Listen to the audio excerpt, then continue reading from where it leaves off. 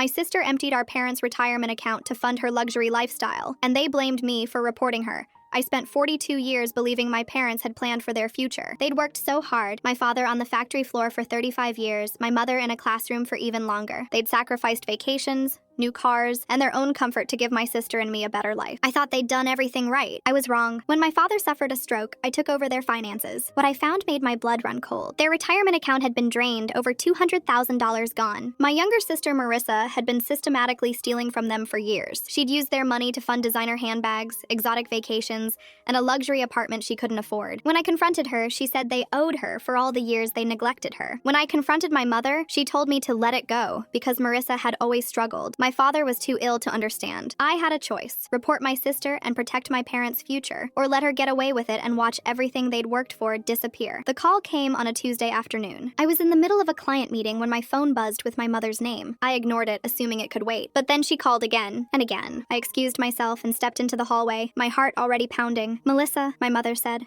her voice trembling. "It's your father. He's had a stroke. He's in the hospital." I don't remember the drive to the hospital. I don't remember parking the car or walking through the automatic doors. I just remember the sterile smell of antiseptic and the sound of my own heartbeat pounding in my ears. My father was in the ICU, hooked up to machines that beeped and whirred. He looked so small, so fragile. His face was slack and his eyes were closed. "He's stable," the doctor told us, "but he's going to need a lot of care. The stroke has affected his mobility and his speech. He won't be able to live alone anymore." I nodded, feeling the weight of the words settle on my shoulders. My father had always been the strong one, the silent provider who never complained. Now he was helpless, dependent on others for his most basic needs. My mother was a wreck. She'd been with my father for over 40 years, and she couldn't imagine life without him. I took charge of the logistics, the insurance claims, the medical appointments, the endless paperwork. It was exhausting, but it was also my way of coping. If I could keep busy, I could keep the fear at bay. It was during this process that I discovered the truth. I was going through my parents' financial documents, trying to organize their accounts and make sure everything was in order. I found their retirement account statements and scanned them, expecting to see the comfortable nest egg they'd spent decades building. The balance was zero. I blinked, assuming I'd misread the numbers. I looked again. Zero. $217,000 completely gone. I felt the blood drain from my face. I scrolled through the transaction history, my hands shaking. Withdrawal after withdrawal, small amounts at first, then larger ones. They'd been happening for years. The money had been transferred to an account I didn't recognize. I called the bank, my voice steady despite the panic rising in my chest. They told me the transfers had been authorized by someone with access to the account. Someone who knew the passwords, the security questions, the personal details that only a family member would know. I knew who it was before they even said the name. Marissa, my younger sister. The golden child, the one who could do no wrong. I called her immediately. She answered on the third ring, her voice light and carefree. "Hey, sis." "What's up?" "Marissa," I said, my voice cold. "I need to ask you something, and I need you to tell me the truth." There was a pause. I could hear her breathing, shallow and quick. "Okay, what's going on? Did you take money from Mom and Dad's retirement account?" Another pause. Longer this time. When she spoke, her voice was defensive, almost petulant. "They gave it to me. It was a gift." "A gift?" I repeated, incredulous. "Marissa, there's over $200,000 missing from their account. $200,000. That's not a gift. That's theft." "I needed it," she said, her voice rising. "I was in a difficult place and they wanted to help me. It's not like they were going to use it for anything important." "Anything important?" I felt like I was in a nightmare. "Dad just had a stroke, Marissa. He's going to need expensive care for the rest of his life. That money was supposed to cover that. And now it's gone because of you." "I didn't know about Dad," she said, her voice wavering. "No one told me." "Because you haven't answered your phone in months," I shot back. "You've been too busy spending Mom and Dad's money on designer bags and vacations. How could you do this? How could you steal from your own parents?" "It's not stealing," she said, her voice hardening. "They owed me. I've been struggling my whole life and they never helped me. You got everything, the good job, the husband, the house. What did I get? Nothing. I deserved that money." I hung up. I couldn't listen to another word. I drove to my parents' house that evening. My mother was in the living room, a cup of tea growing cold in her hands. Her eyes were red, and she looked like she hadn't slept in days. "Mom," I said, sitting down beside her, "we need to talk about something." "About the retirement account." She looked up at me, her expression blank. "What about it?" "It's empty, Mom. Marissa took all the money, over $200,000. My mother didn't react the way I expected. She didn't gasp or cry. She just nodded slowly, as if she'd already known. She said she needed help, my mother said quietly. "She was in trouble, and I couldn't say no. She's my daughter. Mom, she stole from you. She stole from Dad. She stole your future. That money was supposed to cover his care. and now it's gone. Melissa, please, my mother said, her voice breaking. I know you're upset, but Marissa has always struggled. She's always needed more support. You've always been so independent, so strong. I thought you'd understand. I stared at her, feeling the familiar sting of being the overlooked daughter. Understand? Mom, she stole from you. She committed a crime, and you're asking me to understand? She didn't mean any harm, my mother said. She's my baby. I can't turn my back on her, even after everything she's done. My mother was silent. The next week was a blur of phone calls, legal consultations, and sleepless nights. I met with a financial advisor who confirmed what I already knew. My parents were in serious trouble. Without the retirement fund, they couldn't afford the level of care my father needed. The house would have to be sold. My mother would have to find a job at 73 years old. And Marissa? She was living in a luxury apartment downtown, posting photos of her new car and her vacation to the Caribbean. She was living the high life on stolen money. I made a decision. I was going to report her. I called the police, filed a report, and provided all the evidence I'd gathered: the bank statements, the transaction history, the proof that Marissa had been systematically draining my parents' account for years. It was the hardest thing I'd ever done, but it was also the right thing. The day the police arrived at Marissa's apartment, my mother called me, sobbing. How could you do this? How could you destroy your sister's life? Mom, I said, my voice shaking. She destroyed ours. She stole from you. She stole from Dad. She stole everything you'd worked for. And you're mad at me for reporting her? She's your sister, my mother said. You're supposed to protect her. I hung up. I couldn't listen anymore. Marissa was arrested a few days later. The news spread through the family like wildfire. Some relatives were horrified. Others, the ones who'd always suspected Marissa was hiding something, weren't surprised. My mother refused to speak to me. My father, when I visited him in the hospital, didn't understand what was happening. He just looked at me with blank eyes and asked where Marissa was. I didn't have an answer for him. I sat in the hospital room holding my father's hand and tried to process everything. My sister had stolen from my parents. My mother had enabled her. And I had done the only thing I could do to stop it. I was the villain in my mother's story. But I knew deep down that I'd done the right thing. I just wished it didn't feel so lonely. The weeks following Marissa's arrest were some of the loneliest of my life. My mother had cut me off completely. She wouldn't answer my calls, wouldn't respond to my texts, wouldn't even acknowledge my existence. I'd become the enemy in her eyes, the daughter who'd destroyed her sister's life, the one who'd torn the family apart. My father was still in the hospital, slowly recovering from his stroke. He was confused most of the time, his mind drifting in and out of clarity. Sometimes he'd look at me and ask where Marissa was. Other times he'd call me by her name. I'd hold his hand and tell him I was there, that I loved him, that everything was going to be okay. I didn't know if he understood. I didn't know if I believed my own words. The legal process was slow and exhausting. Marissa had hired a lawyer, a slick, expensive one who specialized in financial crimes. She was fighting the charges, claiming that our parents had given her the money willingly. She had texts and emails to back up her story, carefully worded messages that made it sound like our mother had agreed to the transfers. I was called to testify at the preliminary hearing. I stood in the courtroom, my hands shaking, and told the truth about the bank statements, the empty accounts, the systematic draining of my parents' life savings. Marissa sat across the room, her face a mask of cold indifference. She didn't look at me. She didn't acknowledge my existence. My mother was there too, sitting in the gallery. She looked older than I remembered, more fragile, more broken. She avoided my eyes. When the prosecutor asked her to testify, she took the stand and spoke in a voice barely above a whisper. I gave the money to Marissa willingly, she said. She needed help, and I wanted to support her. It wasn't theft. The prosecutor pressed her. Ma'am, do you understand that you and your husband had over $200,000 in that account and that you now have nothing? It was my money to give, my mother said, her voice trembling. I made a choice. I felt the air leave my lungs. My mother was lying. She was protecting Marissa. She was willing to sacrifice everything, her future, her husband's care, her own integrity, to save the daughter who'd stolen from her. I wanted to scream. I wanted to stand up and tell everyone in that courtroom that my mother was lying, that she was covering for my sister, that she was destroying what was left of our family. But I stayed silent. I couldn't do that to her. I couldn't humiliate her in front of everyone. The hearing ended with no resolution. The judge ordered another hearing, and Marissa was released on bail. She walked out of the courtroom with her lawyer, her head held high, her designer heels clicking against the marble floor. She didn't look back. I drove home in a daze. The apartment felt empty, cold. My husband, Thomas, was waiting for me, his face full of concern. How did it go? He asked. I shook my head slowly. She lied. My mother lied. She said she gave Marissa the money willingly. She's protecting her. Thomas pulled me into his arms. I'm so sorry, Melissa. I'm so sorry. I cried then.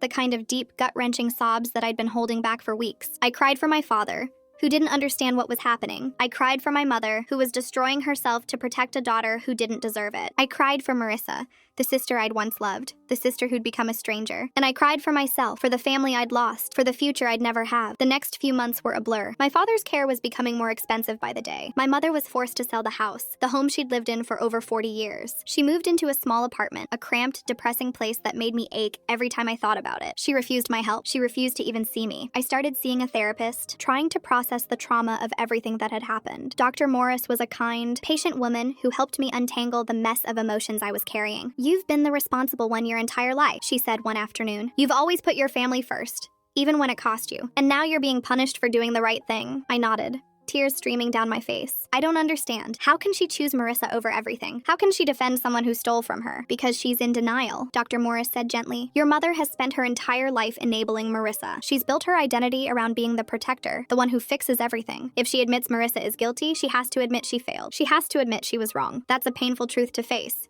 So what do? You keep living your life. You keep doing the right thing. You set boundaries and protect yourself, and you accept that you can't fix them. You can only fix yourself. I nodded, even though it hurt to hear. I'd spent my whole life trying to fix my family. It was time to stop. I started visiting my father more often. He was in a rehabilitation facility now, slowly regaining some of his mobility. His mind was clearer on some days, clouded on others, but he always seemed happy to see me. And one afternoon, he looked at me with a clarity I hadn't seen in weeks. Melissa, he said, his voice weak but steady. What happened to Marissa? I told him the truth. He listened without interrupting, his eyes fixed on the ceiling. When I finished, he was quiet for a long moment. I'm sorry, he said finally. I should have seen it. I should have stopped her. It's not your fault, Dad, I said, squeezing his hand. Yes, it is. I let your mother make all the decisions. I let her protect Marissa. I let her, he paused, his voice breaking. I let her destroy everything. I didn't know what to say. I'd never heard my father speak with such regret. I just held his hand and let him cry. The second hearing was held a few months later. Marissa's lawyer tried to argue that the money was a gift, but the evidence was too strong. The bank statements, the transaction history, the pattern of deception, it was all there. The judge ruled that Marissa had acted in bad faith. She'd stolen from her parents. She was guilty. Marissa was sentenced to 3 years in prison. My mother cried when the verdict was read. I felt a strange mix of relief and sadness. Justice had been served, but at what cost? After the hearing, my mother approached me in the hallway. Her face was pale, her eyes red. She looked like she'd aged a decade. Melissa, she said, her voice barely a whisper. I don't know how to forgive you for this. I met her gaze. I don't need your forgiveness, Mom.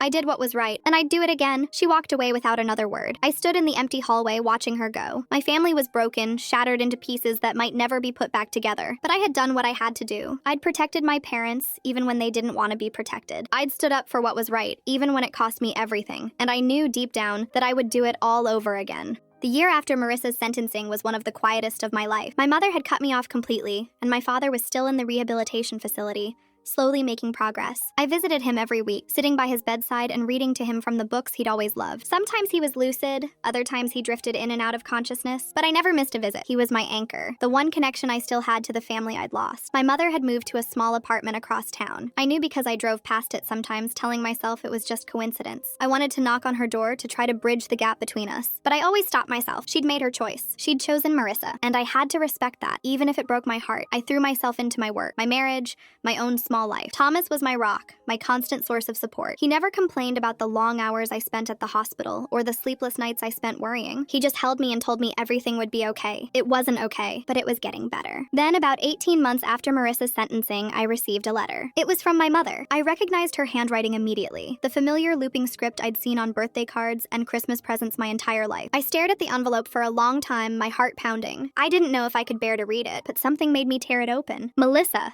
the letter began. I know you probably don't want to hear from me. I know I've hurt you in ways I can never undo. But I need you to know that I've been thinking about everything. About what I said to you. About how I treated you. About the way I chose Marissa over you, over everything. I felt tears prick at my eyes. I kept reading. I was so blind. I spent my whole life protecting Marissa because I thought she needed me more. I thought you were strong enough to take care of yourself. I thought I was doing the right thing. But I was wrong. So wrong. She wrote about her therapy. The painful work of confronting her own failures. She wrote about the shame of watching Marissa go to prison. The guilt of knowing she'd enabled her for so long. She wrote about the loneliness of pushing away the one daughter who'd actually been there for her. I don't expect you to forgive me. I don't deserve your forgiveness, but I want you to know that I see you now. I see the woman you've become. I see the sacrifices you've made. I see the strength you've shown. And I'm so proud of you, Melissa. I've always been proud of you. I just didn't know how to show it. I set the letter down and stared out the window. The sky was gray, heavy with the promise of rain. I thought about everything my mother had done, everything she'd said. I thought about the years of pain, the therapy, the loneliness. I thought about the empty seat at the table, the missing voice in the laughter.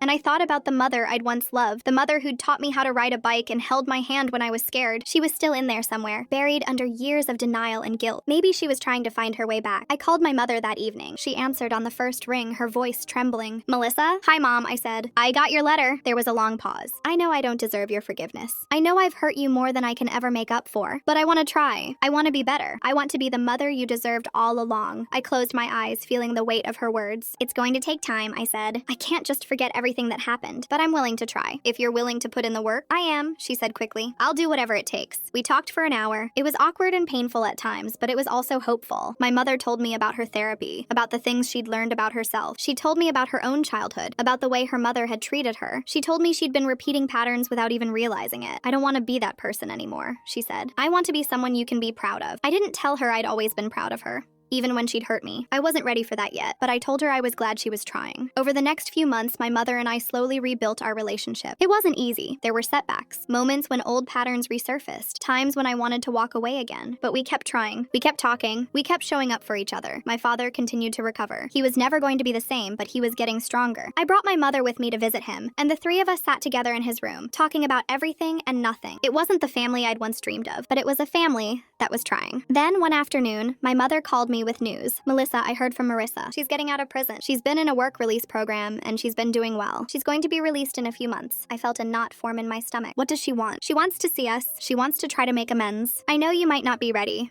and I understand if you're not, but I thought you should know. I was silent for a long moment. The sister who'd stolen from our parents, destroyed our family, and left me to pick up the pieces. The sister who'd never apologized, never taken responsibility. The sister who'd broken everything. I don't know if I'm ready, I said finally. I don't know if I'll ever be ready. I understand, my mother said. I'll tell her. I just wanted you to know. Months passed. My mother and I continued to rebuild our relationship slowly and carefully. My father continued to improve, and I started to feel something I hadn't felt in years, hope. Then, on a warm spring evening, I received a letter from Marissa. It was written on plain paper, her handwriting shaky and uncertain. Melissa, it began. I know you probably hate me, and you have every right to. I've done terrible things. I've hurt you in ways I can never undo. But I need you to know that I've changed. She wrote about her time in prison, about the therapy she'd undergone, about the painful work of confronting the person she'd become. She wrote about the shame she felt, the guilt that kept her up at night. She wrote about her desire to make amends, even if she never could. I don't expect you to forgive me. I don't deserve your forgiveness, but I want you to know that I see you now. I see the sister who sacrificed everything to protect our parents. I see the sister who was always there, even when I wasn't. I see the sister I should have been. I set the letter down and stared out the window. The sun was setting, painting the sky in shades of orange and pink. I thought about everything Marissa had done, everything she'd taken from me. I thought about the years of pain, the therapy, the loneliness. And I thought about the sister I'd once loved, the sister I'd grown up with, the sister who'd taught me how to do my makeup and held my hand when I was scared. She was still in there somewhere, buried under years of anger and jealousy. Maybe she was trying to find her way back. I didn't respond to the letter, not right away. I needed time to process it, to decide what I wanted to say. I talked to Thomas about it, to my therapist, to my mother. They all told me the same thing. Do what's best for you. A few months later, I agreed to see Marissa. We met at a small cafe, Neutral Ground. I arrived early, my palms sweating, my heart racing. When she walked in, I almost didn't recognize her. She looked different, softer, smaller, like she'd shed a layer of armor I hadn't known she was wearing. Melissa, she said, her voice trembling. Thank you for coming. I nodded, gesturing for her to sit. I wasn't sure I would. I know. I didn't expect you to. She sat down, her hands wrapped around a cup of coffee she didn't drink. I've been thinking about what I want to say to you. I've been rehearsing it for weeks. But now that you're here, I don't know where to start. Start at the beginning, I said. Tell me why. She took a deep breath. I was so angry, Melissa, so jealous. You had everything I wanted. The career, the respect, the love of our parents. I felt like I was invisible. Like nothing I did would ever be enough. And instead of dealing with my own pain, I decided to take yours. I thought if I could have what you had, I'd finally feel like I mattered. We talked for hours that day, about everything and nothing. It wasn't a reconciliation. It was too raw, too painful for that, but it was a beginning. Over the next few months, we slowly rebuilt our relationship. It was fragile, tentative, full of setbacks and misunderstandings, but we kept trying. We kept showing up for each other. The holidays that year were different. Marissa came to Christmas dinner for the first time in years. She brought a homemade pie and a tentative smile. My mother hugged her so tightly I thought she might break. My father, still frail but improving, cracked a joke that made everyone laugh. I sat around the table, surrounded by my imperfect, broken, beautiful family. I thought about everything we'd been through. The betrayal, the pain, the years of silence. I thought about the sister who'd tried to destroy me and the mother who'd let her. I thought about the long, painful road that had led us here, and I realized that forgiveness wasn't about forgetting. It was about finding a way to move forward, even when the past still hurt. I looked around the table at my family. Marissa caught my eye and smiled. It was a small smile, tentative and uncertain, but it was real. I smiled back, and I felt, for the first time in years, like I was home.